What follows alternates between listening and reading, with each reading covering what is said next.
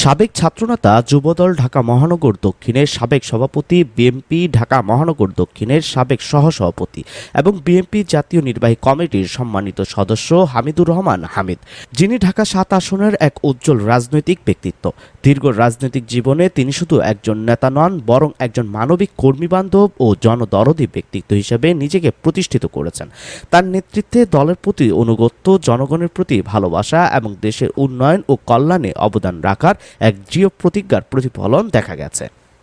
হামিদুর রহমান হামিদ বিশ্বাস করেন, রাজনৈতিক ক্ষমতা কেবলমাত্র জনগণের সেবার জন্যই ব্যবহার করা উচিত।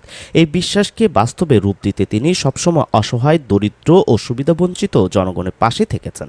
তিনি শিক্ষা, স্বাস্থ্যসেবা, অবকাঠামো উন্নয়ন সহ বিভিন্ন ক্ষেত্রে ব্যাপক উন্নয়ন কর্মকাণ্ড পরিচালনা করেছেন। তার নিরলস প্রচেষ্টায় ঢাকা ৭ আসনে উন্নয়নমূলক কর্মকাণ্ড বাস্তবায়িত হয়েছে, যা স্থানীয় জনগণের জীবনমান উন্নয়নে গুরুত্বপূর্ণ ভূমিকা রেখেছে। বিএনপি জাতীয় নির্বাহী কমিটির সদস্য হিসেবে হামিদুর রহমান হামিদ দলের স্বার্থ রক্ষায় নিরলসভাবে কাজ করেছেন। দলের সাংগঠনিক শক্তি বৃদ্ধি এবং দলীয় কর্মীদের মনোবল দৃঢ় করতে তিনি অগ্রণী ভূমিকা পালন করেছেন। তারেক রহমানের নেতৃত্বে বিএনপি যে সুসংগঠিত রূপ গড়ে উঠেছে, সেই রূপদান প্রক্রিয়ায় হামিদুর রহমান হামিদের অবদান অনস্বীকার্য। শহীদ প্রেসিডেন্ট জিয়াউর রহমানের আদর্শ ও দেশনেত্রী বেগম খালেদা জিয়ার নেতৃত্বে পরিচালিত বিএনপির সংগ্রামে তিনি সর্বদা সক্রিয় থেকেছেন। ৫ আগস্ট স্বৈরাচারী সরকার প্রধান শেখ হাসিনা পালনের পর রাজনৈতিক পরিস্থিতি নতুন মোড় নেয়। দেশের জনগণ গণতন্ত্র পুনরুদ্ধারের জন্য আন্দোলনে নামে। স্বৈরাচারী শাসনের বিরুদ্ধে বিএনপির সংগ্রাম নতুন মাত্রা লাভ করে। এ সময় দেশনেত্রী বেগম খালেদা জিয়া উন্নত চিকিৎসার জন্য দেশের বাইরে চলে যান, যা তার দীর্ঘদিনের গৃহবন্দী জীবনের পর এক অনিবার্য সিদ্ধান্ত হয়ে দাঁড়ায়। তারেক রহমানের নেতৃত্বে বিএনপি জনগণের ভোটাধিকার ফিরিয়ে আনার জন্য আপোষহীন অবস্থানে রয়েছে।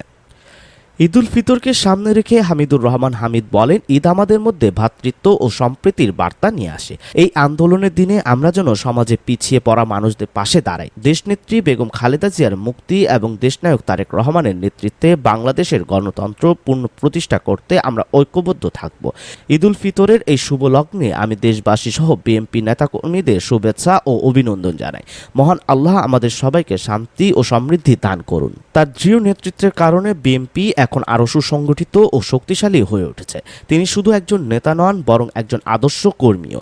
কর্মীদের প্রতি তার অঙ্গীকার, দলীয় ঐক্যর প্রতি তার দায়বদ্ধতা এবং জনগণের কল্যাণে তার আত্মনিবেদন তাকে একজন সত্যিকারের মানবিক নেতা হিসেবে প্রতিষ্ঠিত করেছে।